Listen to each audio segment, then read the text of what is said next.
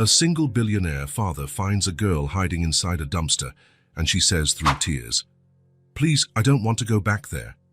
The office clock read 11:40 when Michael finally shut down the computer. Another late night working. He rubbed his tired eyes and looked out the window on the 12th floor. The streets were almost empty, with only a few cars passing every now and then. Michael tucked the papers into the drawer and grabbed his blazer. The corporate building was silent. His footsteps echoed along the empty corridor as he headed to the elevator. The company was doing well, but ever since Sarah died, work had become his sole distraction. Lily stayed with the babysitter until late tea, and he always arrived home after she was already asleep. The elevator descended slowly. Michael thought of his daughter. Tomorrow was Saturday. Perhaps they could make pancakes for breakfast, as Sarah used to do. Lily loved helping stir the batter. The doors opened on the ground floor. The night concierge, Jerry, waved from the security desk. "Good evening, Mr. Patterson." "Good evening, Jerry." Michael crossed the lobby and pushed open the glass door. The cold night air hit his face. It was October, and fall was settling in. He buttoned his blazer and walked toward the parking lot behind the building. His footsteps were the only sound in the still night. The parking lot was almost empty, just his car and two others.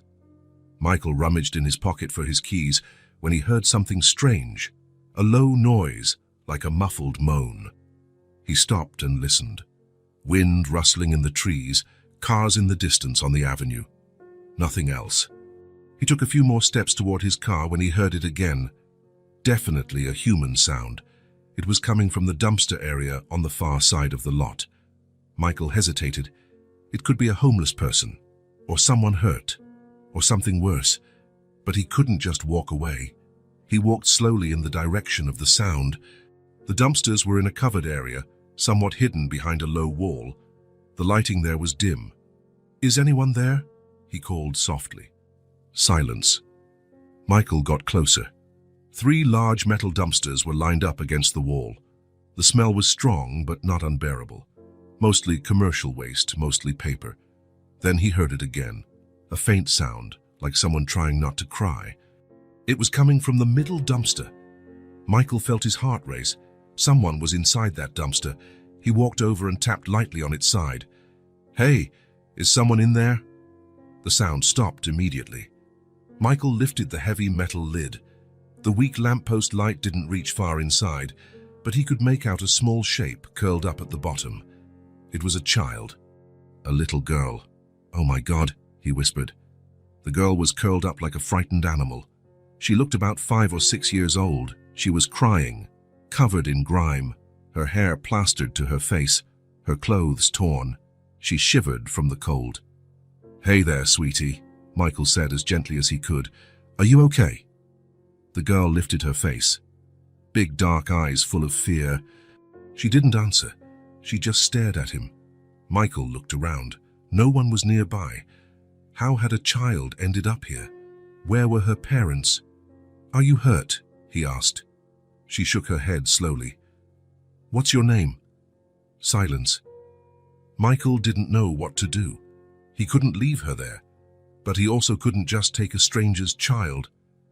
"Listen, you can't stay in there. It's too cold. Do you want to come out?" The girl studied him for a long moment. Then, very slowly, she stretched out her little arms. Michael lifted her out carefully. She felt so light. He could feel her bones through the thin clothing. She smelled terrible, but he didn't mind. "There you go, you're safe now." He set her on the ground. The girl clung to his leg as if afraid he might walk away. "Where are your parents?" She didn't answer. "Do you live nearby?" Nothing. Michael knelt down in front of her, level with her eyes. "Sweetie, I need to know what happened. How did you end up in that dumpster?" The girl looked at her feet. Michael saw she was barefoot. Her little feet were dirty and cold. "Did you run away from home?" She looked up at him quickly, her face filled with panic. "Please," she whispered, barely audible, "I don't want to go back there." Her words hit Michael like a punch. There was so much fear in that small voice, so much desperation. "You don't want to go back there," she repeated, tears welling up in her eyes. Michael felt something break inside his chest. He'd been through something similar before. The pain of a child was something he recognized. Lily had spent months having nightmares after Sarah died. "It's okay," he said softly. "You're not going anywhere you don't want to go, I promise." The girl stared at him as if deciding whether she could trust him. "But I can't leave you out here on the street. It's too cold and it's dangerous." Michael thought quickly. He should call the police. It was protocol. But something about this situation felt off. The way she reacted when he asked about going home, the fear in her eyes. What if her parents were the problem? "Listen," he said finally. "How about you come with me? Just for tonight. Tomorrow we can talk more. You must be hungry, right?" The girl nodded slightly. "And cold." Another nod. "Then let's go. My car is right over there." Michael stood and held out his hand. The girl hesitated, then took his hand with her small, cold fingers. They walked in silence to the car. Michael opened the back door and helped her climb in. He grabbed his blazer and draped it over her. "Better." She pulled the blazer up to her chin and nodded. Michael started the car and turned up the heat. He glanced in the rearview mirror. The girl was curled in her seat, looking out the window. During the ride home, he thought about what he was doing. Technically, he might be breaking the law, but he couldn't shake the way she had said, "I don't want to go back there." Some things were more important than protocol. They arrived at the house in 20 minutes, a large home in a quiet neighborhood. Michael parked in the garage and turned off the engine. "We're here," he said. The girl looked out at the lit-up house. "Where are we?" "At my home." "You'll stay here tonight." "Where are the other people?" "It's just me and my daughter. She's 5 cows, but she's already asleep." Michael got out and opened the door for her. The girl hesitated, still wrapped in his blazer. They entered through the door that connected the garage to the kitchen. The babysitter was watching TV in the living room. "You're home early today, Mrs. Henderson said when she saw them. Then she noticed the girl and frowned. "Who's this?" "It's a long story," Michael replied. "She's staying with us tonight. You can head home now, Mrs. Henderson. Thanks for taking care of Lily." The babysitter looked curiously at the girl but didn't ask questions. She grabbed her purse and said goodbye. Michael was alone with the girl in the kitchen. She stood in the middle of the room, her eyes wide as she looked around. "You must be hungry," he said. "Do you want something?" She nodded. Michael opened the fridge. Milk, eggs, leftover dinner from Lily. A sandwich would be easier. "How about a ham and cheese sandwich?" "Okay." It was the first normal thing she had said. Her voice was low but clear. Michael made the sandwich and poured a glass of milk. He set both on the kitchen table. "You can sit." The girl climbed onto a chair with difficulty. Her little legs dangled in the air. She took the sandwich with both hands and took a small bite. Then another. She ate slowly but eagerly. "How long has it been since you last ate?" She stopped chewing, thinking, "I don't know, a long time." Michael felt his chest tighten. A 5-year-old child not knowing when she last ate. "Drink the milk too. It'll help." She obeyed, sipping slowly as if savoring. "What's your name?" Michael asked again. She hesitated. "Emma." "Emma? That's a beautiful name." "Hi, Michael." "Hi, Michael." "Emma, you need to take a bath. You're all dirty. After that, you can sleep in a nice warm bed." Emma's eyes widened. "A bed?" "Of course.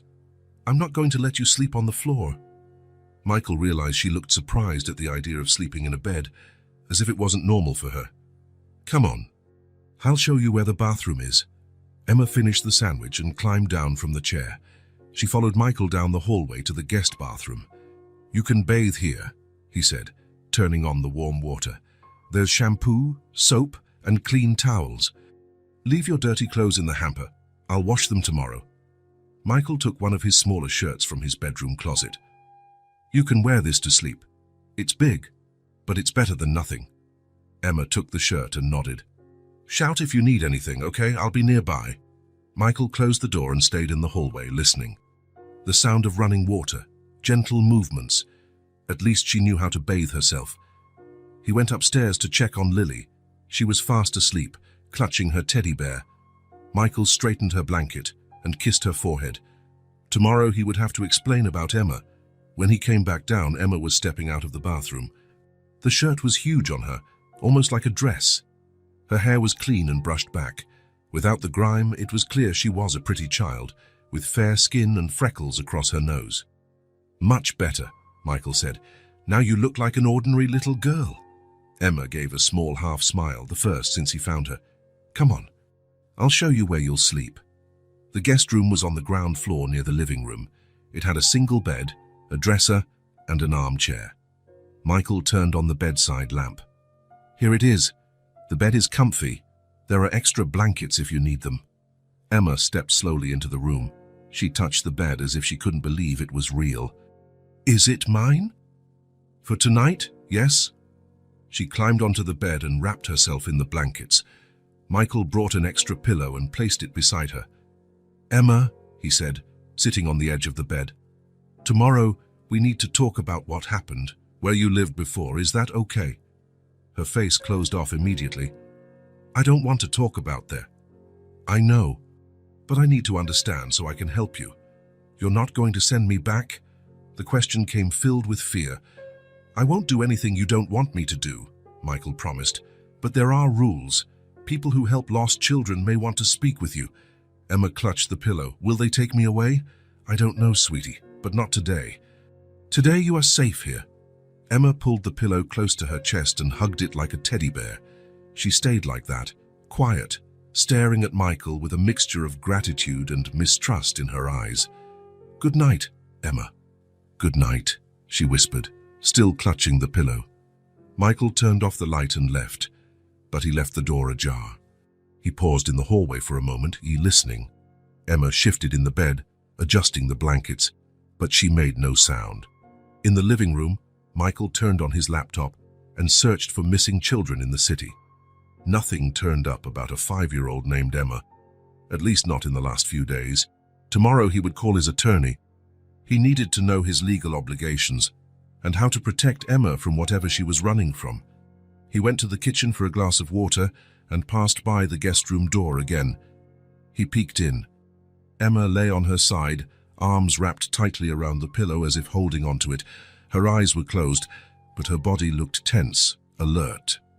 Even while sleeping, she couldn't fully relax, as if part of her was ready to run at any moment. Michael went up to his own bedroom but couldn't fall asleep. He kept thinking about the girl down below, how she had ended up in that dumpster. Who could have hurt a 5-year-old so badly that she preferred to hide in the trash? And how he would explain all this to Lily the next morning. Downstairs, Emma stayed awake, hugging the pillow with her eyes shut, but listening to every sound in the house. She couldn't believe she was in a real bed in a warm, safe place. But she also couldn't fully let go. It was too good to be true. And things that are too good never last long. Michael was in a deep sleep when the scream cut through the night like a blade. It was a terrible sound. Loud, desperate. The kind of scream that makes your blood run cold. He shot out of bed before he was fully awake, his heart pounding in his chest. "Emma." He raced down the hallway, almost tripping over himself in his rush.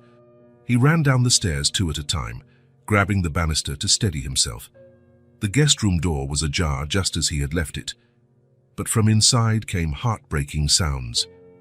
Michael pushed the door open and flipped on the bedside lamp. Emma sat on the bed, shaking violently. Her hair was plastered to her sweaty face, her eyes wide with pure terror.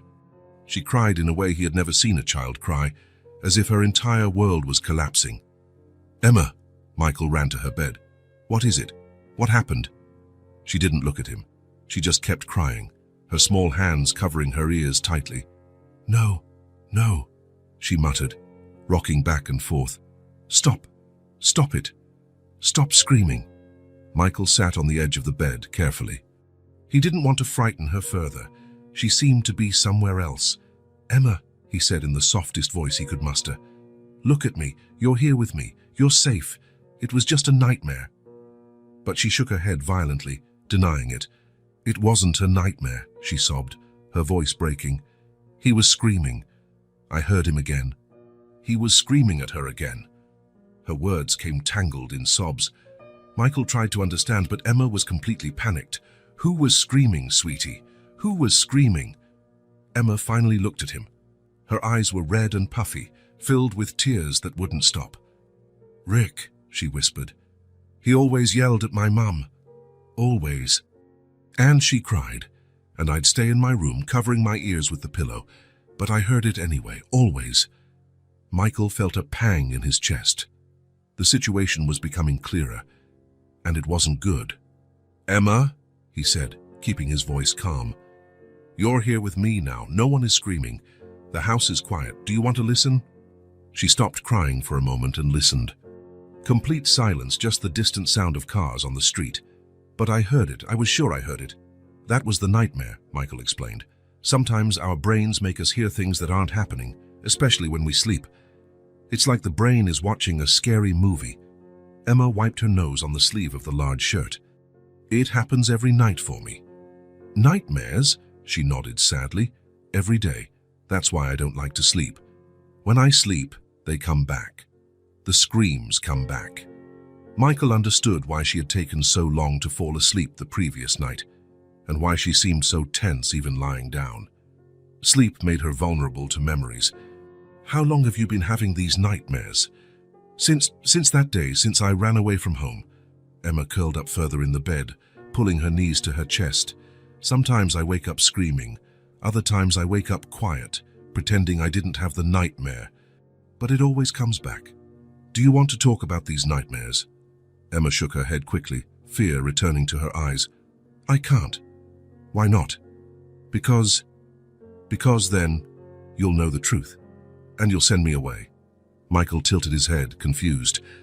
"Emma, I promised yesterday I wouldn't do anything you didn't want. Remember?" She nodded slowly. "I remember." "So why would I break my promise?" Emma thought for a moment, biting her lower lip. "Because if you knew what happened, you wouldn't like me anymore. You'd think I'm bad." Her words were so heavy with guilt and shame that Michael felt like crying. How could a 5-year-old carry so much weight on her shoulders? "Emma," he said, extending his hand slowly. "You are safe here, I promise." He kept his hand out, waiting.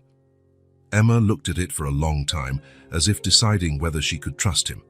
Then, very slowly, she placed her small, cold hand in his. For the first time since he found her, she didn't pull away from the touch. She didn't try to flee. "Better?" Michael asked.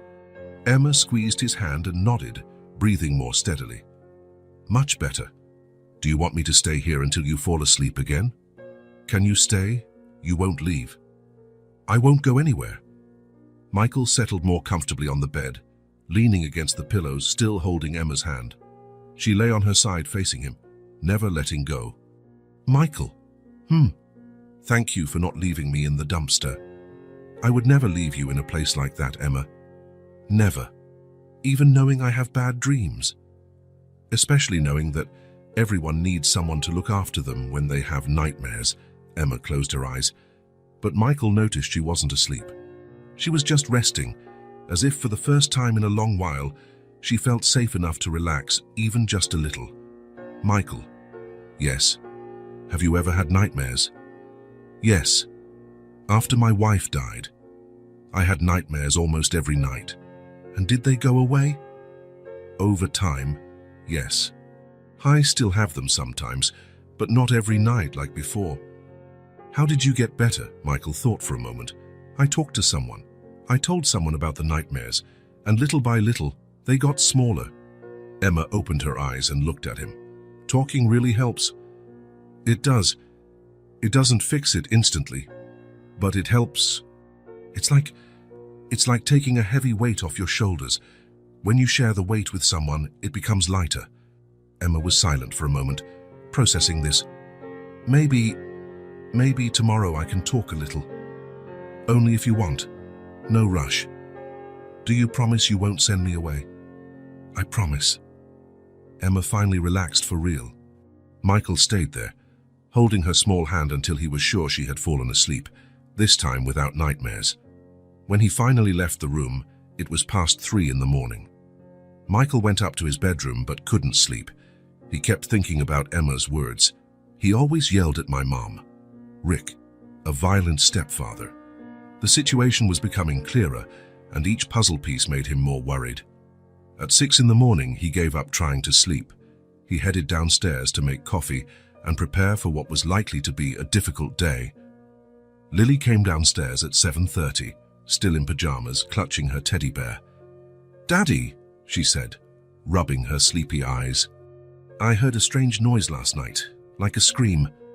Michael crouched down to her level. "It was just someone having a bad dream, Princess. It's over now." "Who had a nightmare? Remember I told you that you have a new friend?" "She slept here last night." Lily's eyes lit up immediately. "The friend, where is she? Can I meet her now?" "She's still sleeping, sweetheart." "She had a rough night." "Why did she have a nightmare?" Michael thought about how to explain simply. Sometimes people go through bad things, and then our heads stay scared even when we sleep. Lily nodded seriously, as if she fully understood. "Like I get when there's a really loud thunder. Something like that, but a bit worse. Can I help her not be so scared?" Michael's heart warmed. Lily was only 5, but already had a generous heart. "I'm sure you can help, but first you need to have breakfast. And when she wakes up, be very gentle, okay? She's still a bit frightened." Lily nodded determinedly. "I'll be the kindest in the world. Can I lend her my teddy bear?" "I think she would love that." Michael made breakfast for Lily and kept an eye on the guest room. It was nearly 9 when he finally heard movement downstairs. Emma emerged into the kitchen doorway, still wearing the big shirt as a makeshift nightgown. Her hair was messy and she looked tired but calmer than the night before. "Good morning," she said softly. "Good morning, sweetheart. How are you feeling?" She shrugged. "A bit better. Thank you for staying with me." "Always." Lily eyed Emma curiously but remained quiet. Michael had explained that Emma needed to feel comfortable first. "Are you hungry?" Michael asked. "I have cereal, toast, eggs, juice." "Just some milk, please. My stomach still feels a bit queasy." Michael poured warm milk and set a few pieces of toast on a plate, cut into triangles. "Try to eat at least a little. It'll help after the night you had." Emma sat at the table and took a bite of toast. She chewed slowly, as if testing whether her stomach would accept it. "Emma," Michael said, joining her at the table. "Last night you mentioned Rick and that he yelled at your mum. Are you ready to talk about that?" Emma stopped chewing. She looked at Lily, who was finishing her cereal. In front of her. "Lily, do you want to watch cartoons in the living room?" Michael suggested. "You can take your bowl if you'd like." "Can I?" "Of course." Lily grabbed her bowl and left excitedly. Michael waited until he could no longer hear her. "Now it's just the two of us," he said. "You can tell me whatever you feel ready to share." Emma swallowed the toast and stared at her hands. Michael waited patiently, not pressuring her. "I lived with my mom," she began slowly, her voice barely a whisper. "And with Rick." "Is Rick your father?" "No, he was my mom's boyfriend. She said they were married, but they weren't really married. No ring or anything." Michael nodded, encouraging her to continue. "Rick never liked kids. He said that all the time, that kids just cause trouble and cost money. That I was a burden on my mom's life." Emma paused, nervously fidgeting with her cup of milk. "He drank a lot, all the time. Those brown bottles that smelled bad. When he drank, he got very angry. He yelled at my mom, called her names I can't repeat." "And your mom, how did she react?" "She cried a lot all the time. Sometimes I'd hear her crying in the bathroom, quietly, thinking I didn't know, but I always knew." Emma took a sip of milk before continuing.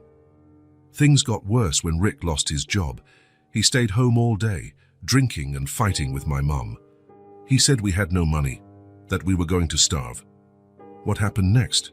"That's when he made me start selling candy at the traffic light."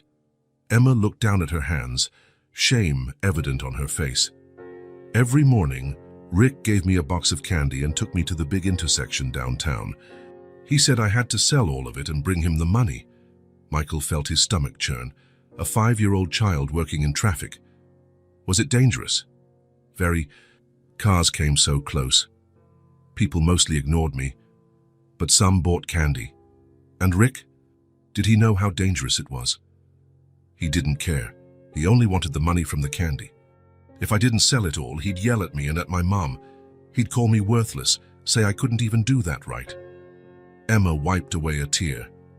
My mom didn't like it. She cried and said a child shouldn't work like that. But Rick yelled that if she didn't like it, she could find a job. How long did you sell candy? I think about 2 months, every day except Sunday. I spent hours in the sun, in the cold, in the rain. My feet got sores from my torn shoes. Michael closed his eyes, trying to control his anger. Child exploitation was unforgivable. Was it during that time that the thing happened? The thing you don't want to talk about? Emma nodded, her body tensing again. It was on a Saturday. I had sold all the candy, but when I got home, Rick was fighting with my mom again, worse than ever. Her voice became lower, more tense.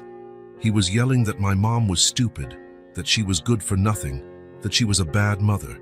He said he was going to make me work in other places too, that a child had to be useful. Emma stopped speaking entirely. Her hands shook now. And then, my mom was crying so much, more than I'd ever seen. She said she couldn't live like that anymore, that this wasn't a life for a child, that she was going to pack our things, take me with her, and we'd leave forever. Emma took a deep breath as if preparing to jump off a cliff. Rick was furious when he heard that, angrier than I'd ever seen. He started swearing and he shoved her hard, very hard. Her words came in an almost inaudible whisper. Her head hit the corner of the kitchen table. It made a horrible sound, like something breaking. She fell to the floor and stayed still, very still. Michael felt as though someone had stabbed him in the chest. Emma, I was standing in the kitchen doorway. I couldn't move. I couldn't even breathe properly. Rick looked at her on the floor like he couldn't believe what had happened. Emma was shaking again. Then he looked at me, and I saw that he was scared too. But then his fear turned to anger. He yelled that I couldn't tell anyone what I saw. He said no one would believe a little girl anyway. That they'd say I was making it up. What did you do then? I ran out of the house and didn't stop. I ran until I couldn't anymore. Then I started walking. I walked all over the city. I didn't know where to go. I didn't know anyone who could help. Emma wiped her nose on her sleeve. I tried to sleep in some places, under bridges, behind stores. One time a strange man tried to grab me, but I ran very fast. Another time some older boys wanted to take my candy box, so I threw it away to make them leave me alone. How long were you living like that? I don't know exactly. Maybe a week or more. I hardly ate. Only when I found something in the trash that wasn't too spoiled, or when someone left leftover food on the street. Michael closed his eyes for a moment, trying to hold back emotion. The image of Emma, a 5-year-old girl living on the streets, scavenging for food. That's when I found the building where you work. There were those big, clean dumpsters. I thought if I stayed very still inside, no one would find me, and at least I'd be protected from wind and rain. Emma, Michael said, his voice trembling, you did the right thing. Running away was absolutely the right thing to do. Was it? Yes, you protected yourself, you survived, and now you're safe. But what if Rick finds me here? He's not going to... I won't let that happen. Emma looked at him with those big, scared eyes. Do you believe me about what I said about my mom and about having to sell candy? I believe every word. You wouldn't make up a story like that. Even knowing I couldn't help her. Emma, listen carefully to what I'm about to say. Michael leaned closer. You were just a child forced to work. You're still just a child. It wasn't your responsibility to protect your mother from adults. It was the adults' responsibility to protect you. Emma thought about that, tears returning to her eyes. But I sold candy. That's wrong, isn't it? Kids can't work. It is wrong. But it was not your fault. Rick was wrong. He should have found a job for himself, not put you in danger. Emma nodded slowly, as if trying to believe his words. Michael? Yes. What's going to happen to me now? Will you turn me over to the police? Michael took a deep breath. It was a hard question. He couldn't promise things he wasn't sure he could deliver. I will do everything in my power to keep you safe. That I promise. And I won't let anyone force you to go back to a place where you don't feel safe. Can I stay here a little longer? You can stay as long as you need, Emma. She finished the milk, and glanced toward the living room, where Lily was watching cartoons. She seems like a nice girl. Lily is very special, just like you. Can I try to talk to her? I won't tell her the bad things, but can I try to be a normal kid for a while? Michael smiled. It was the first time he saw a spark of hope in her eyes. I think that would be very good for you, and for Lily too. She's been looking forward to meeting you. I would really like to try. And for the first time since he found her in that dumpster, Emma smiled. A small, shy smile, but genuine. After their conversation in the kitchen, Emma was quieter than usual. She sat in the living room, watching Lily as she watched cartoons. She didn't say anything. She just sat there, like she was trying to understand how a normal household worked. Lily, for her part, glanced at Emma every now and then. Michael had explained that she needed to be patient, that the new girl was frightened. But Lily was a child, and children have a special way of breaking through walls. During lunch, the two ate in silence. Emma ate little, still cautious, while Lily asked simple questions. "Do you like pasta with sauce?" Lily asked. "I do," Emma replied softly. "Me too. Daddy makes the best sauce in the world." Emma gave a small smile but didn't say anything more. After lunch, Michael was washing dishes when he heard Lily approach Emma on the sofa. "Do you want to play with me?" she asked in that simple way only children have. Emma looked at her, surprised. "Play? Yes. I have a bunch of toys in my room. Dolls, building blocks, costumes, you can pick whatever you want." Emma hesitated. She looked to Michael, as if asking permission. "You can go," he said, smiling. "Lily loves showing her toys. Come on." Lily took Emma's hand and gently led her. "You'll love my room." Michael watched them climb the stairs, Lily chatting excitedly and Emma listening quietly. It was a start. In Lily's room, Emma stopped at the doorway, impressed. The room was as big as the living room of the house she used to share with her mother. It had a large pink canopy bed, shelves full of books and toys, a small art desk, and a toy chest that seemed endless. "Wow," Emma whispered. "Cool, right?" Lily said proudly. "Daddy said I could share everything with you. Want to see my dolls?" Lily ran to the shelf and started pulling out dolls. Babies, princesses, fairies, even some dressed as professionals. "This one is named Sarah," Lily said, holding up a blonde doll. "Her name is the same as my mommy's. This is Bella and this is Luna." Emma watched in fascination. Every doll was perfect, hair neatly styled, pretty clothes, limbs intact. "Are these all yours?" she asked. "They were, but now they're ours. Daddy said you can play with anything." Emma stepped closer and gently touched the hair of one of the dolls. "They're beautiful. Which one do you like the most?" Emma looked at all the dolls, undecided. Then her eyes filled with tears. "I only had one doll," she said softly, "but it was torn. It didn't even have an arm." Lily stopped talking. She looked at Emma with that seriousness children sometimes have. "What happened to it?" "I had to throw it away when I ran away. Some boys tried to take it, so I threw it in the trash so they'd leave me alone." "What mean boys?" Lily said indignantly. "Stealing a doll is very naughty." Emma nodded, wiping her eyes. "But now you can play with all of mine. Want this one?" Lily offered the prettiest doll, a princess in a golden gown. "Can I? Really? Of course. And look at this." Lily went to the toy chest and pulled out a box full of accessories, tiaras, necklaces, bracelets, tiny shoes for the dolls. "We can have a princess party," Lily suggested. "How?" "We dress the dolls like princesses and have a tea party. Sometimes I pretend we have real tea and cookies." Emma took a tiny tiara and placed it on the doll. It was the first time she'd played with such beautiful toys. "Like this?" she asked. "Perfect.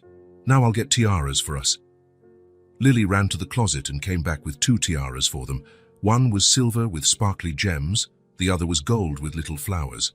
"Which one do you want?" Emma looked at the 2 tiaras as if they were treasures.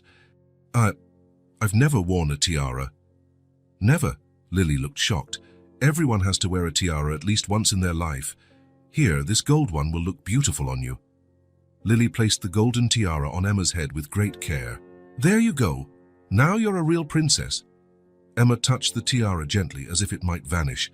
How do I look? Beautiful. Just like a princess in a movie. Emma smiled. It was a small but genuine smile. Now let's play, Lily said, putting on her own tiara. You can be Princess Emma, and I'll be Princess Lily, and our dolls are our princess daughters. The two sat on the fluffy rug in the center of the room and began to play. At first, Emma was shy, just watching Lily give different voices to the dolls, but slowly she loosened up. Princess Sarah wants to go to the ball, Lily said, moving her doll. And Princess Bella too, Emma responded timidly, making her doll dance. Then we'll all go to the ball together.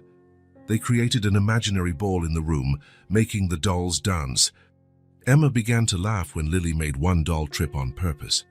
Oops, Princess Luna doesn't know how to dance, Lily said, laughing. She needs lessons, Emma suggested, and the two laughed together.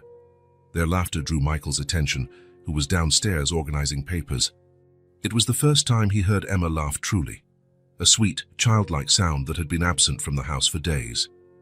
Upstairs, the girls kept playing. Lily showed Emma how to change the dolls' clothes, how to brush their hair, how to create different hairstyles. My mom taught me how to braid, Lily said, demonstrating on a doll. Want me to do it in your hair? Emma hesitated. Will it hurt? No, I promise, I'll be very gentle. Emma sat with her back to Lily, who began to brush her hair carefully. It was the first time in a long time someone tenderly cared for Emma. Your hair is so pretty, Lily said as she made the braid. It's the color of chocolate. My mum said that too, Emma said softly. Did she braid your hair? Sometimes, when she was in a good mood. Lily finished the braid and Emma looked at herself in the bedroom mirror. It looks beautiful, Lily said proudly. Really? Absolutely. Now you look like a real princess. The two continued to play for hours. They held a doll fashion show, made up stories, built a small house out of blocks. Emma started to relax, forgetting everything she had been through, at least for moments. When Michael went upstairs to check on them, he found both lying on the rug, surrounded by toys, laughing at some game they had invented. How are the princesses? He asked from the doorway. Daddy, look how beautiful Emma looks, Lily said proudly. Michael looked at Emma with her golden tiara and braided hair. She was flushed from so much play, her eyes shining with joy. She looked like a normal child for the first time. You really look beautiful. Are you two having fun? A lot, the two answered in unison, bursting into giggles at their synchronized response. How about we bake cookies? Michael suggested. I can teach both of you. Cookies! Lily jumped up excitedly. Emma, do you know how to make cookies? Emma shook her head. Never made them. Then you'll learn today, Lily said, taking her hand. Daddy makes the best cookies in the world. In the kitchen, Michael arranged all the ingredients on the counter. Flour, sugar, eggs, butter, chocolate chunks. First, we mix the flour with the sugar, he explained, handing small aprons to the girls. Emma watched attentively, as if learning something very important. Lily already knew the recipe and helped explain to Emma. Now we crack the eggs, Lily said. Want to try? Emma held an egg as carefully as if it were a fragile treasure. What if I break it wrong? There's no wrong way, Michael said kindly. If a shell falls in, we'll fish it out. No problem. Emma cracked the egg slowly. A small piece of shell fell in, but she managed to remove it with the tip of the spoon herself. I did it! Congratulations, Lily clapped. They mixed all the ingredients, getting flour on themselves and laughing as Michael pretended to throw flour at them. Emma was fully immersed in the activity, forgetting everything else. Now we roll the dough into balls, Michael showed. The girls made balls of various sizes, some small, others huge. Emma took care with each one, as if they were tiny works of art. These are mine, she said, pointing to a line of perfectly round cookies. They look the same, Lily said admiringly. You're good at this. While the cookies baked, the three sat at the kitchen table. Emma was more talkative than she had been in the morning. Michael, can I help with other things around the house? She asked. Of course. What would you like to do? I don't know anything, I just want to help. How about you help with the plants? Lily suggested. We have a small garden out back. Plants? Yes. We have tomatoes, flowers, and even herbs Daddy uses for cooking. After the cookies were done and they tasted them, Emma said they were the best she had ever eaten. They went outside to the garden. Emma had never seen such a well-kept garden. Neat garden beds, healthy green plants, colorful flowers. "You can help me water them," Lily said, handing Emma a small watering can. "How?" "Just pour water on the plants. They get thirsty, just like us." Emma followed Lily's instructions, carefully watering each plant. She was afraid of doing it wrong, but Lily encouraged her. "That's perfect. Look how happy they are with the water." "Plants get happy. Of course, they like water, sun, and care. Just like people." Emma thought about this as she watered the tomato plants. "Can I water every day?" "You can. We can take care of the garden together." After they finished in the garden, Michael suggested they draw for a while. He placed paper and colored pencils on the living room table. "You can draw anything you want." Lily immediately began drawing a house with a family standing in front. Emma stared at the blank paper, hesitant. "I don't know what to draw." "Draw what you like," Lily suggested. Emma thought for a moment, then started drawing slowly. First a flower, then another. Soon she was drawing an entire garden filled with colorful blossoms. "So beautiful," Lily said, admiring the drawing. "You draw very well." "Really? Very well. Look at those pretty flowers." Emma smiled and continued coloring. She added butterflies, a yellow sun, and white clouds. It was a cheerful, vibrant drawing. Michael watched from the armchair, pretending to read a magazine. He saw Emma smiling, talking to Lily, participating in activities. It was incredible to see the change in just one day. For the first time since Sarah died, the house was filled with happy children's voices. Lily was always joyful, but now there was something more. Emma's presence brought a different, more complete energy. During dinner, Emma ate better than in previous days. She joined the conversation, asked questions about the garden plants, and even suggested they bake chocolate cookies the next day. "Can I sleep with the tiara?" she asked at bedtime. "Of course," Lily said. "Princesses always sleep with their tiaras. But what if I ruin it?" "It won't break, and if it does, it's okay. The important thing is you feel like a princess." Emma smiled and touched the tiara gently. At bedtime, Michael went to say goodnight to both girls. Lily was in her room but asked to say goodnight to Emma as well. "Good night, Emma. Thank you for playing with me today. Thank you for letting me play with your toys." "Now they're our toys," Lily corrected. "Friends share everything." In the guest room, Emma lay down still wearing the tiara. Michael noticed she seemed more relaxed. "How was your day?" "It was the best day of my life," she said sincerely. "I've never played so much." "And tomorrow you can play again." "Really?" "Of course. This is your home now." Emma smiled and nestled into the pillow. "Michael." "Yes?" "Thank you for letting me stay here, and thank you for having such a nice daughter. Thank you for bringing joy into our home, Emma." When Michael went downstairs, he sat in the living room and took a deep breath. For the first time in years, the house truly felt alive. It wasn't just him and Lily trying to fill the void Sarah left. It was a family forming naturally. Emma was still quiet, still carrying scars, but she was integrating. She was learning to be a child again, and Lily was learning to share, to care for someone, to be an older sister. The sound of laughter that had echoed through the house all day still seemed to linger. It was the sound Michael hadn't realized he missed so much. It was the sound of a house filled with life and warmth. It was Saturday morning when Michael suggested they go out for a bit. "How about we go out for a bit?" he said during breakfast. "We can go to that diner Lily likes, the one with the colorful milkshakes." Lily jumped in her seat, excited. "Burger Palace, Emma, you're going to love it. They make a special kid-size burger and have a play area inside." Emma looked at Michael, still cautious about leaving home. "Is it far?" "Not too far. It's in a small mall, about 15 minutes away." "Will there be a lot of people?" Michael noticed worry in her voice. "It's a family place, pretty calm. And if you feel uncomfortable at any point, we can go back home." "Deal?" Emma nodded slowly. "Deal." An hour later, they were in the car heading to the mall. Lily chatted excitedly about all the possible milkshake flavors, while Emma watched the city pass by through the window. "That building is where Daddy works," Lily said, pointing as they passed through downtown. Emma looked at the tall building and remembered the night in the dumpster. It felt like ages ago. "Is that where you found me?" she asked Michael. "It is, in the back parking lot." Emma was silent for a moment. "Thank goodness you work late," she said. Michael smiled in the rearview mirror. "Thank goodness indeed." The mall was small and cozy.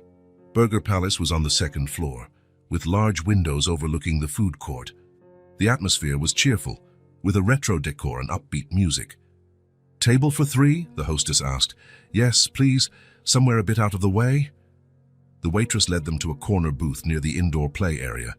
It was perfect, close enough for the girls to see the play area but a bit separated from the main foot traffic. "What would you like to order?" Michael asked, handing menus around. Lily already knew by heart.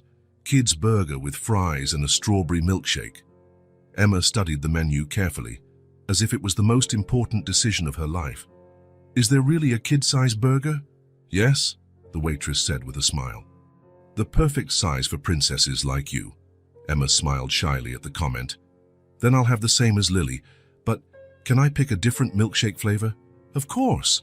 We have chocolate, vanilla, strawberry, banana." "Chocolate, please." Michael placed his own order and watched the girls. Emma was more relaxed than he had expected. She looked around curiously, paying attention to the other customers, families with children. "Can I go play at the play area?" Lily asked. "You both can, but don't leave this area, okay?" The girls ran toward the play area. It was small but well equipped. There was a slide, a ball pit, and some climbing toys. Michael watched them from the table. Emma was still more cautious than Lily, but she was participating. She climbed the slide a few times, always checking to see if Michael was still there. When the food arrived, the two ran back. "The slide is so fun," Emma said, more animated than Michael had seen her yet. "And the ball pit too," Lily added. "We'll go back there later." They devoured their burgers with appetite. Emma ate almost everything, which pleased Michael. She was gaining weight slowly, but was still too thin for a 5-year-old. "This milkshake is delicious," Emma said, taking a big sip. "I knew you'd like it," Lily replied proudly. Michael leaned back in his chair, watching the two converse. Emma laughed at Lily's jokes, joined the conversation, acting like a normal child on a normal family outing. "Can I have a milkshake every time we come here?" Emma asked. "Absolutely. We can make this our tradition." "What's a tradition?" "It's something a family does regularly, like coming to the diner on Saturdays or making pancakes on Sundays."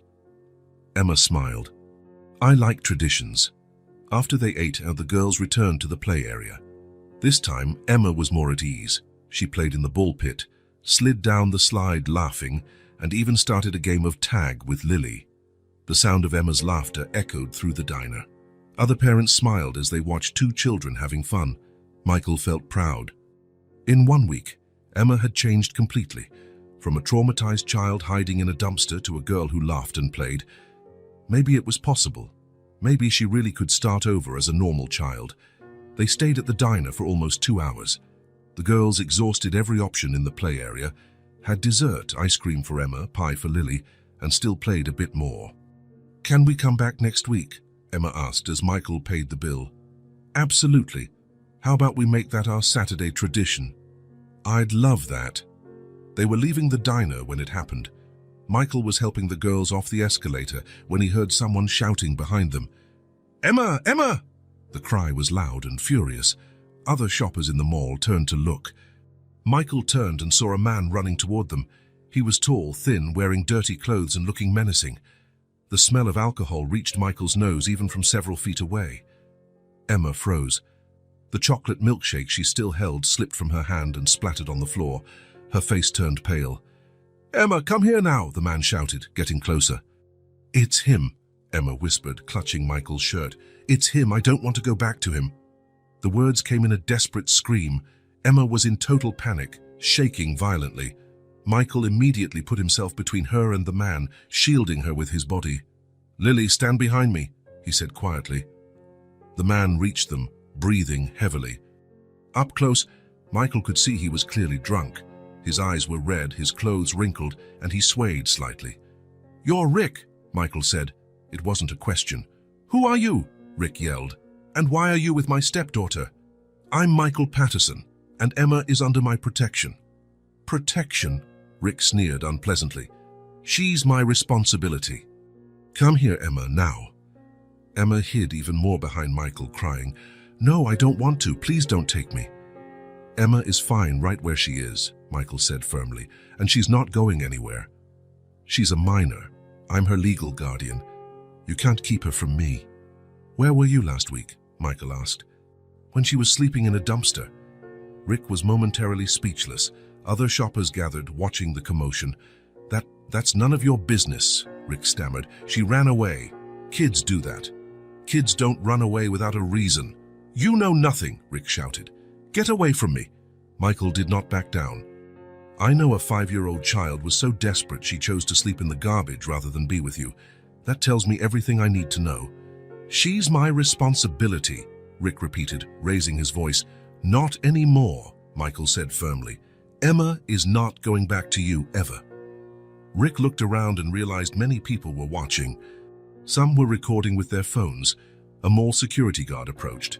"This isn't over," Rick muttered. "She's my responsibility, and I will get her back." "If you come near her again, I will call the police," Michael replied. "Oh, really?" Rick sneered menacingly. "And what will you tell them? That you kidnapped a child?" Michael felt a pang in his chest. Technically, Rick was right. Legally, Michael had no right to Emma. "I'll tell them I protected a child from a man who forced her to sell candy in traffic," he said. Rick's expression changed. For a moment, fear flickered in his eyes. She shouldn't have said that. Emma told me a lot of things. Things the police will be very interested in hearing." Rick looked at Emma, who was hiding behind Michael, still crying quietly. "1 week," he said finally. "In 1 week, I'll be back.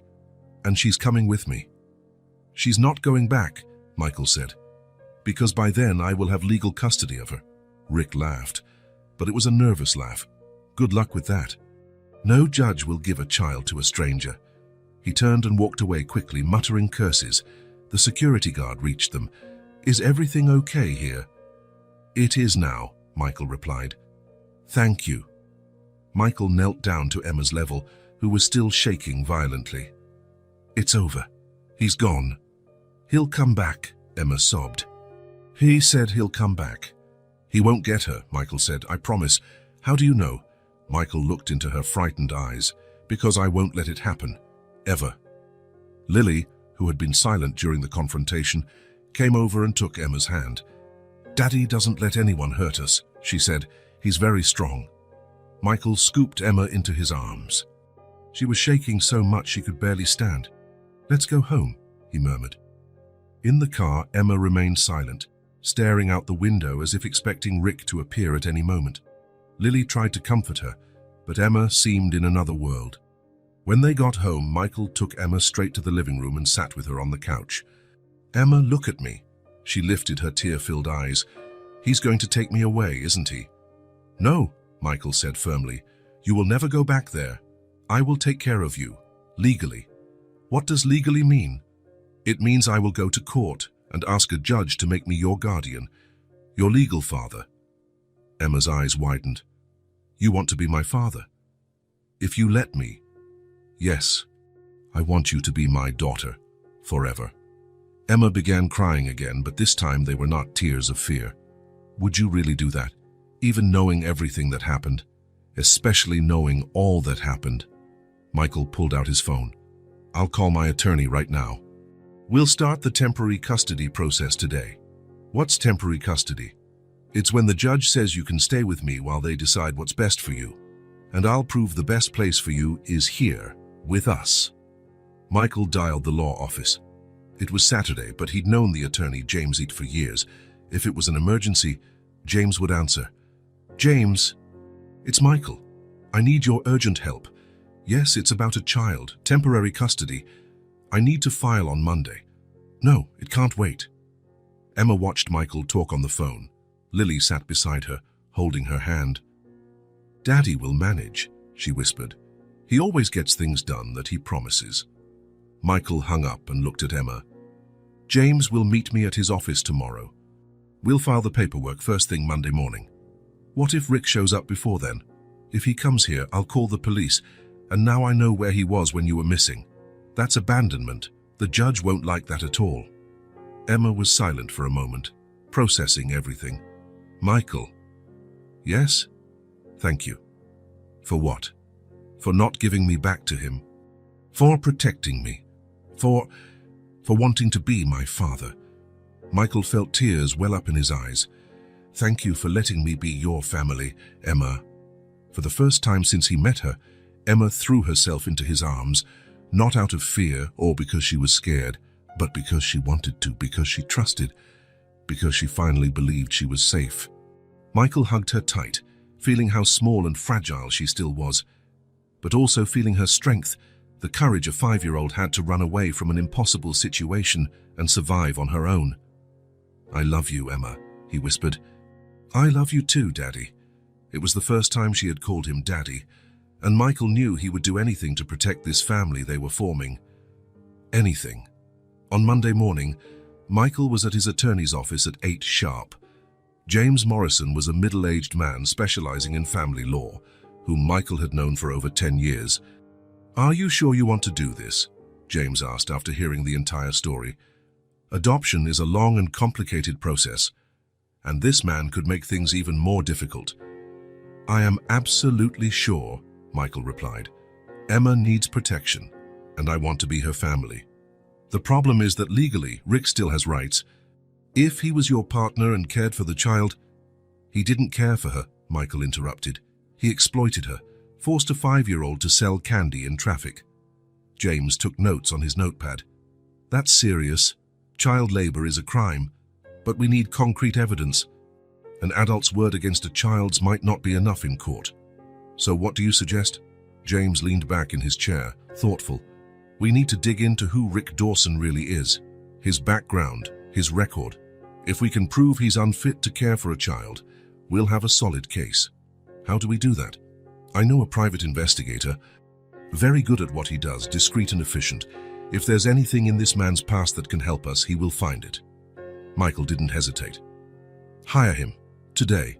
"Michael, private investigations aren't cheap." "I don't care about the cost. Emma is worth any amount." James nodded. "I'll call him right now. Meanwhile, we'll file for temporary custody. The faster, the better." 2 hours later, Michael was meeting the investigator at James's office. David Chen was an Asian man in his 40s, lean and unassuming, exactly the kind of person who would go unnoticed.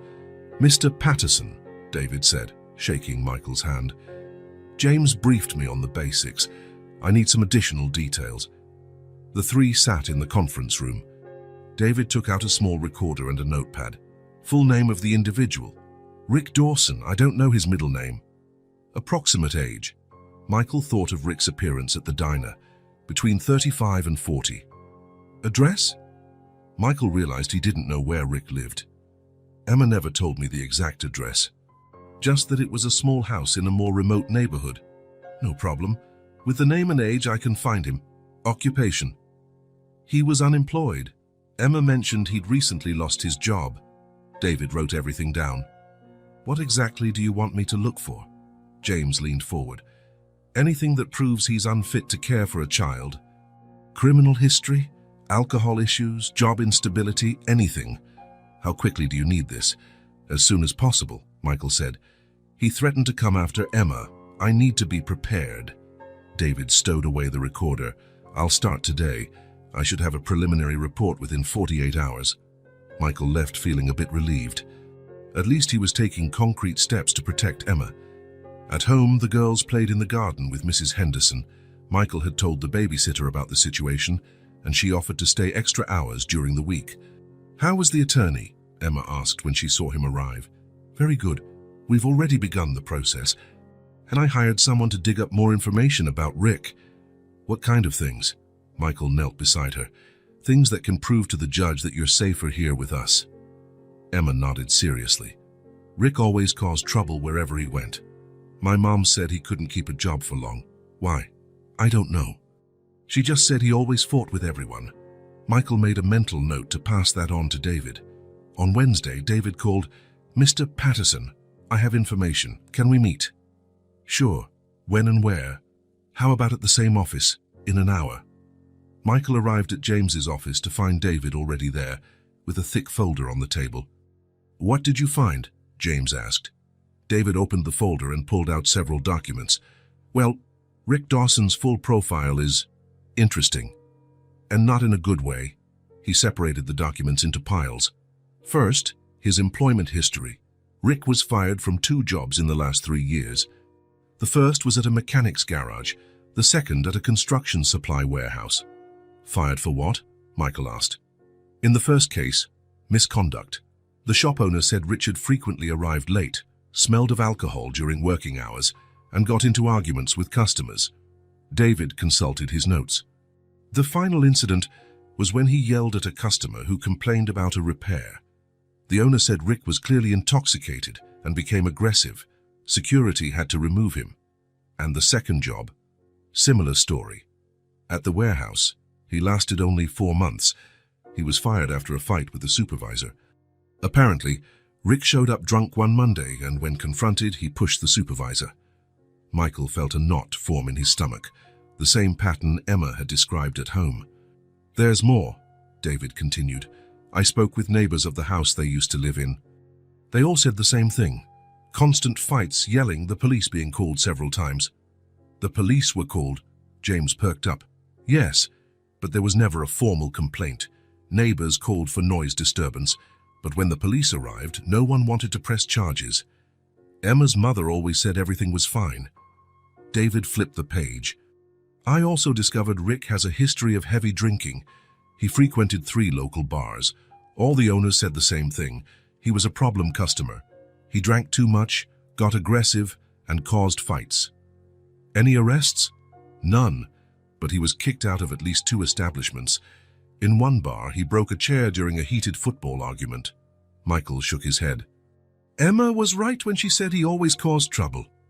"There's one more thing," David said, pulling a photo from the folder. "This is the house where they lived." Michael looked at the photo and felt tears prick his eyes. It was a small, run-down house, peeling paint, dirty windows, and overgrown yard. "I spoke with the landlord. Rick is 3 months behind on rent.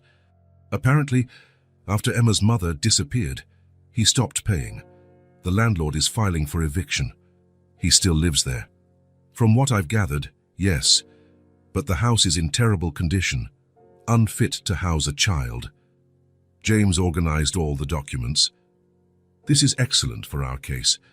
History of termination for misconduct, alcohol problems, aggressive behavior, unpaid rent." "And there's no formal complaint?"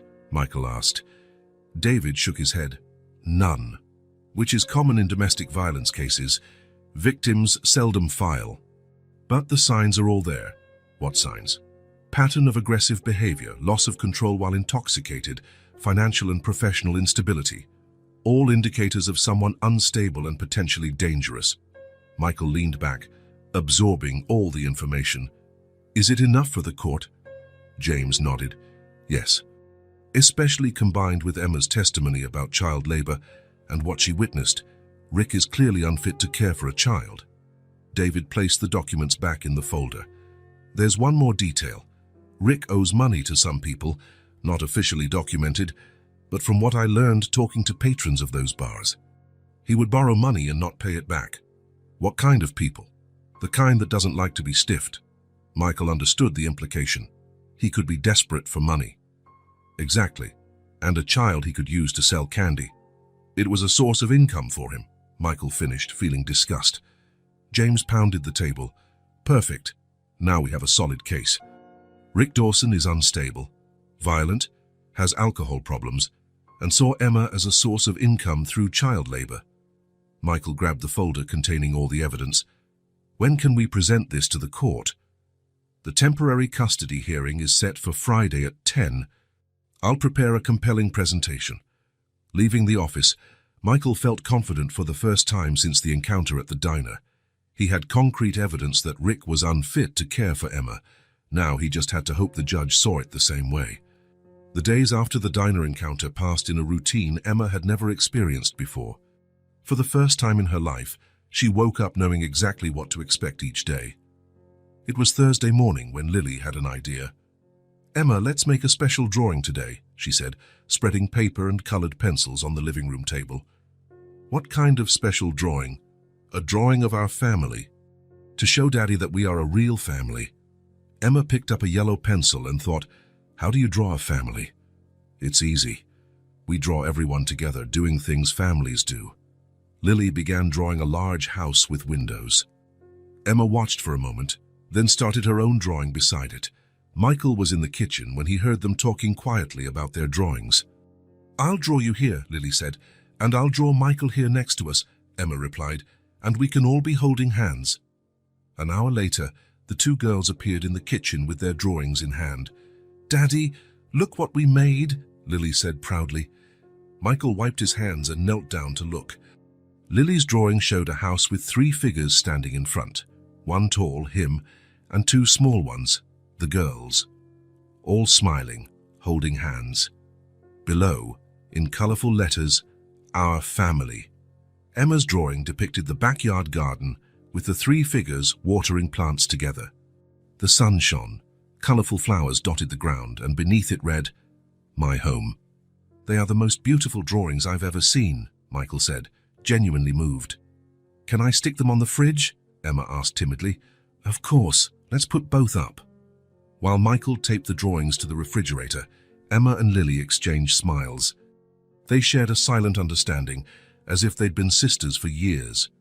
"How about we bake cookies again?" Michael suggested. "This time we can try a new recipe." "Cookies of what?" Lily asked excitedly. "How about oatmeal chocolate chip cookies?" Emma had never had oatmeal cookies, but the idea sounded delicious. "Can I help mix?" "Absolutely. You two are my official kitchen assistants." In the kitchen, Michael showed them a recipe he had learned from Sarah. Emma paid close attention to every detail. "First, we mix the flour with the oats," he explained. "Why do we add oats?" Emma asked. "They make the cookie tastier and healthier." Emma measured each ingredient carefully. Michael noticed how organized she was for a 5-year-old.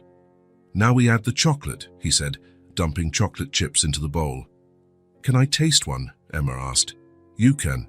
Just one, so there's enough for the cookies." Emma popped a chip into her mouth and closed her eyes, savoring it. "It's sweeter than the chocolate in the candy I used to sell." It was the first time she casually mentioned her candy-selling days without sadness or fear. While the cookies baked, the 3 sat at the table to chat. "Lily, can you teach me that game you made yesterday?" Emma asked. "Which game?" "The one with the secret code." "Oh, the code game," Lily exclaimed. "It's easy. We make up words that only we understand." Lily lowered her voice as if sharing a big secret. "For example, when I say purple banana, it means I want ice cream," Emma laughed. "And if I want a cookie, then you say blue butterfly. And if we want to go play in the garden, then it's green bird," Lily decided. Michael watched their conversation, amused. The two were building their own little world full of shared codes and secrets. "And if we want Daddy to read a story," Emma asked. "Then it's yellow star," Lily answered immediately. "Can I join the code club?" Michael asked. The girls looked at each other, pretending to weigh a very serious decision. "You can," Lily said finally, "but you have to learn all the codes." "What's the code for I love both of you?" The girls thought. "Golden rainbow," they said together, giggling at the coincidence. The timer on the oven buzzed. "The cookies are ready," Michael announced. They looked perfect, golden brown, with the aroma of oats and chocolate filling the kitchen. Emma tasted one while it was still warm and sighed in delight. "These are even better than the last ones." "That's because you helped make them," Lily said. "When you make something with love, it tastes better." In the afternoon, the two went to play in the garden while Michael worked on his laptop. Every now and then, he glanced out the window and saw them talking softly. Emma was teaching Lily how to make a grass doll. "Look, if you tie it here, it looks like hair," she explained to Lily. "Wow, that's so cool. Do you know how to make other things?" "I know how to make a boat from a leaf and a little animal house from sticks." Michael realized that Emma was sharing skills she had developed to survive, but now they were just creative play. At dinner, the girls used their secret code several times. "Lily, do you want a blue butterfly?" Emma asked. "Yes, Daddy, Emma wants a cookie. And I want a purple banana," Lily said.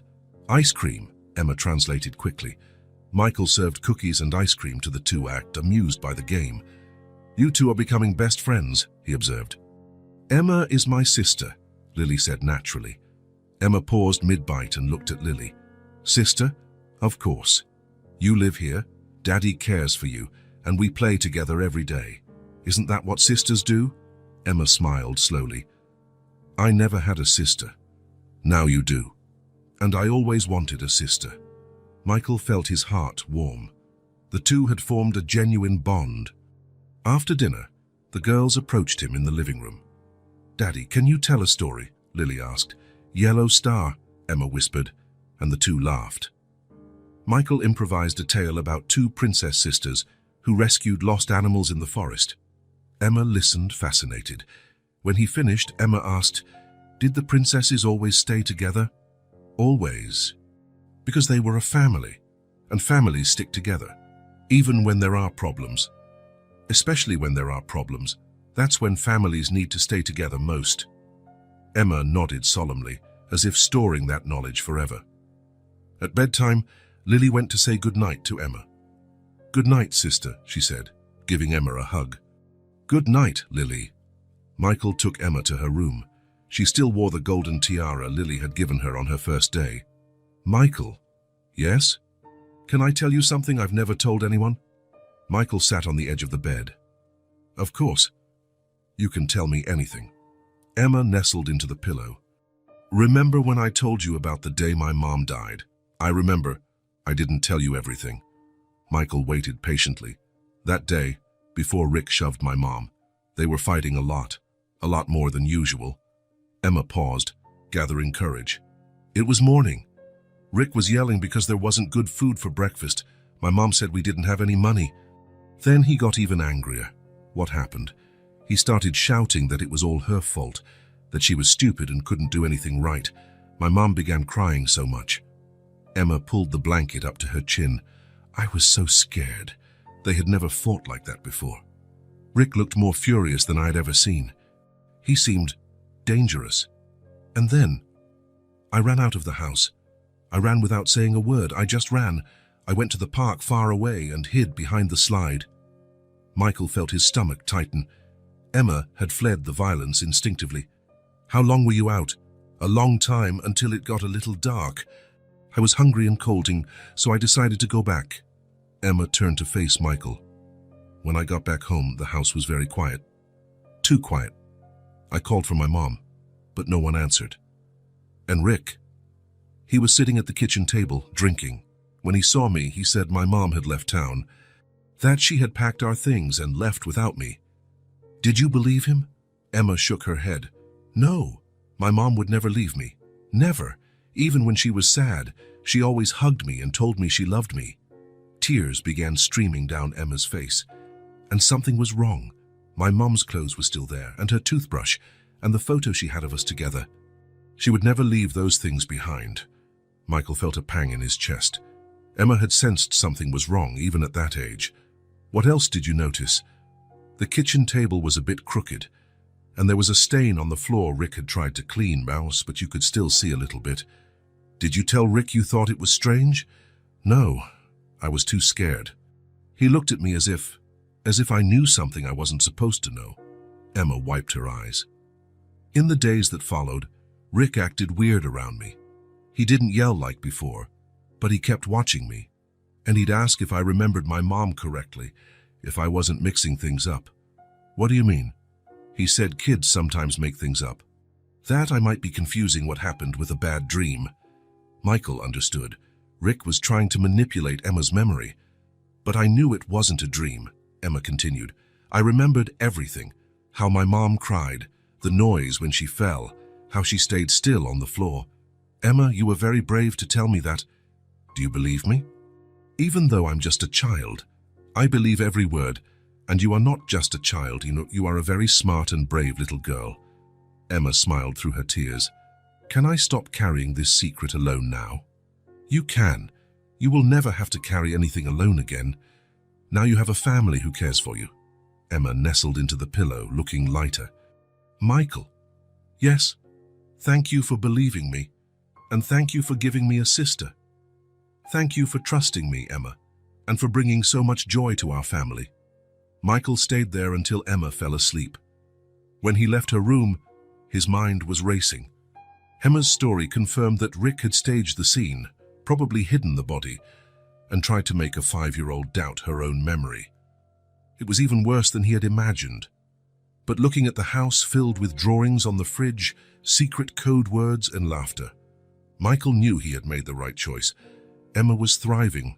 She was safe, happy, confident, and he would do anything to protect this family they had built together. The custody hearing was set for 10 o'clock on Friday morning. Michael had woken at 5, unable to sleep, his stomach churning with nerves. He sat in the kitchen drinking coffee and mentally reviewing everything James had prepared him to say, trying to anticipate every possible question. Emma had also woken early. When she came down for breakfast, she wore the blue dress Lily had picked out for her, because blue is a lucky color. But Emma barely touched her toast, unable to eat anything. Will you come with me? She asked for the 10th time, playing nervously with the doll she held. I will. And if you feel too scared, just tell me and we'll stop everything. Emma nodded, but Michael saw the fear in her eyes. It was understandable. She hadn't seen Rick since the diner, but his presence still terrified her. Lily was with Mrs. Henderson, but not before giving Emma her favorite teddy bear and a colorful beaded bracelet she had made in school. Good luck, sister, she whispered seriously. When you come back, we'll bake chocolate cookies to celebrate, and you can wear my princess tiara all day. Emma smiled for the first time that morning and hugged the teddy bear tight. Thank you, Lily. You're the best sister in the world. The drive to the courthouse was silent. Michael drove carefully, trying not to show his own nervousness. Emma sat in the back seat, whispering to her teddy bear. The courthouse was an imposing grey stone building with large columns at the entrance. Michael and Emma met with James in the marble-floored lobby. The attorney was confident, but Michael sensed the tension behind his professional demeanor. How are you both feeling? James asked, adjusting his tie. Nervous, Michael replied honestly. That's completely normal, but we have a very solid case. The investigators' report on Rick, Emma's testimony, the evidence of neglect and exploitation. It all indicates she's far safer under your care. James lowered himself to Emma's level. Emma, you only need to answer the judge's questions if she asks you, and you can tell the truth about everything. You have nothing to fear. Emma nodded seriously, clutching her teddy bear tighter. The courtroom was formal and intimidating, with dark wood benches and colored glass windows. The ceiling was high, making voices echo. Michael felt Emma shrink when she saw Rick sitting on the other side of the room. Rick had dressed up, light blue dress shirt and black pants. When he saw Emma, he waved with a forced smile, like a doting uncle greeting his favorite niece. Hello, Emma, he said loudly, drawing everyone's attention. Emma hid completely behind Michael, shaking. I don't want to look at him, she whispered. Please don't make me look at him. Michael positioned himself to block Emma's view of Rick. James took a seat on her other side, creating a protective barrier. At 10 o'clock, Judge Margaret Thompson entered the courtroom. She was a middle-aged woman with grey hair tied in an elegant bun, serious-looking, but with kind eyes when she glanced briefly at Emma. You may be seated, she said, settling in. We are here for the temporary custody hearing of minor Emma Carter, she said, organizing her papers precisely. Mr.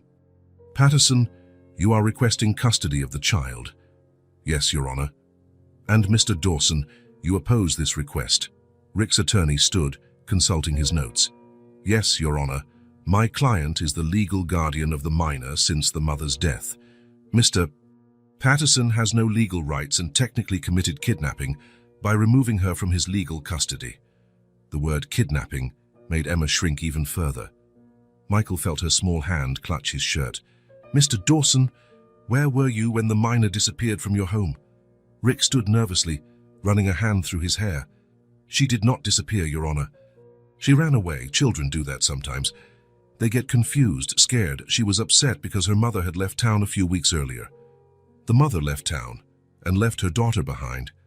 Yes, Linda was not well, you see. Personal issues. She said she needed some time, that she would return to pick up Emma later. The judge made notes. Mr. Patterson, under what circumstances did you find the minor? Michael stood, choosing his words carefully.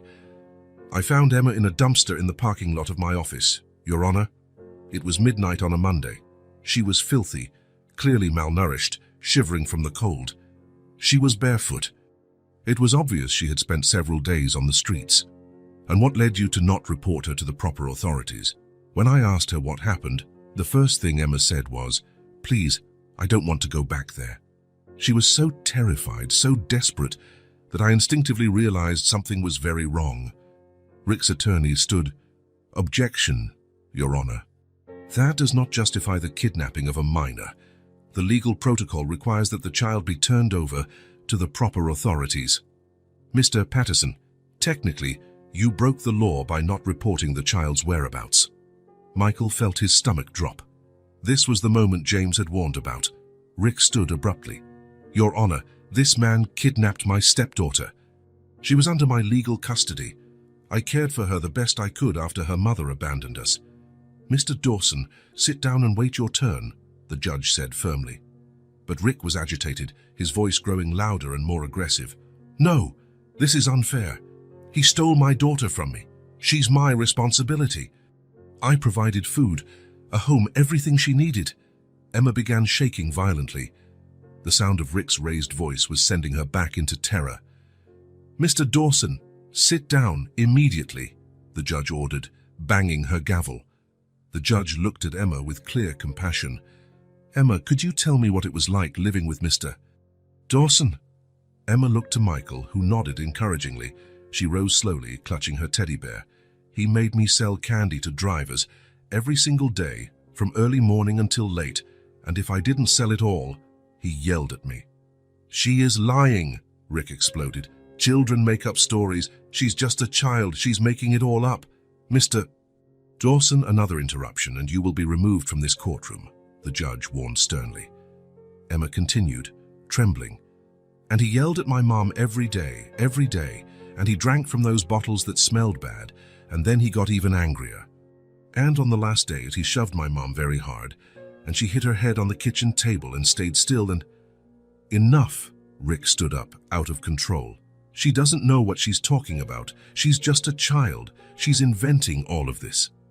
At that exact moment, the double doors banged open with a crash. Two uniformed police officers entered quickly, followed by a man in plain clothes. Everyone in the courtroom turned to look. The judge frowned, clearly irritated. What is the meaning of this? She asked. The plainclothes officer approached, flashing an ID badge. Your Honor, I apologize for this urgent interruption, but I have critical information related to this case. I am Detective Carlos Santos from the Homicide Division. A deafening silence fell over the room. Michael felt Emma cling to his arm tightly. Homicide? The judge asked, visibly alarmed. What type of information? We would like to speak immediately with Mr. Rick Dawson regarding the disappearance of Linda Carter. Rick turned as pale as a sheet. His attorney whispered urgently in his ear. This morning at 6 o'clock, Your Honor, a construction crew found human remains in a vacant lot in the west side of the city. The body was preliminarily identified as Linda Carter, the mother of the minor present in this courtroom. Emma let out a muffled scream and buried her face into Michael's arms. He held her tight, feeling her trembling. Emma's mother's body, the judge asked, visibly shocked. Yes, Your Honor. The victim had multiple bruises consistent with domestic violence and a fatal injury to the temporal region caused by blunt force trauma. The judge looked at Rick, who was in total panic. Mr. Dawson, you stated that Linda Carter had left town voluntarily. However, it appears she had been deceased for several weeks. I didn't... That's not... Rick stammered, his hands shaking. Based on the preliminary investigation and the condition of the body, We believe Linda Carter was murdered approximately at the same time the minor disappeared from the residence. The detective stared directly at Rick. Mr. Dawson, where exactly had Linda Carter gone when she left town? Rick looked around like a cornered animal. His attorney whispered for him not to speak, but Rick was in full panic. His eyes landed on Emma, who was huddled in Michael's arms. "It was an accident," he said finally, his voice breaking completely. "I swear it was an accident.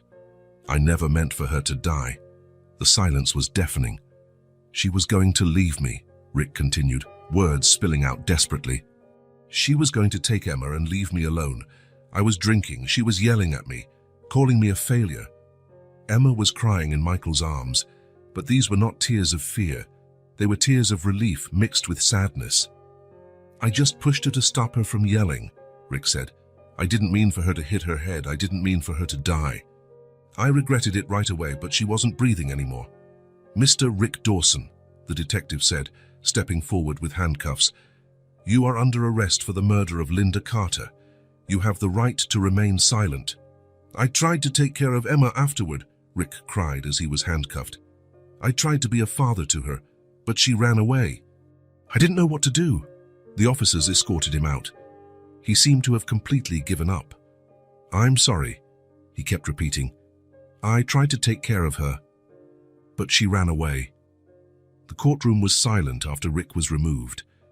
The judge removed her glasses and cleaned them, clearly processing everything she had witnessed. "Well," she said at last, "this certainly changes this hearing completely." She looked at Michael and Emma with a softer expression. "Mr. Patterson, considering the extraordinary circumstances of this case and the clear fact that the minor is safe, well cared for, and clearly loved under your care, I grant you immediate temporary custody of Emma Carter." Michael felt his legs go weak with relief. "Thank you, Your Honor. Thank you so much. We will have a final custody hearing in 6 months, but frankly, after what I witnessed today, I foresee no issues at all." Emma stepped back from Michael slightly and looked at him with bright eyes. "Does that mean I can stay forever?" "It means you are home, sweetheart. Forever." 6 months later, it was Saturday morning, and Michael was making pancakes when he heard the familiar sound of laughter coming from the girls' room. Emma and Lily now shared Lily's room by choice, and they were inseparable. The final custody ruling had been approved the previous week without complications.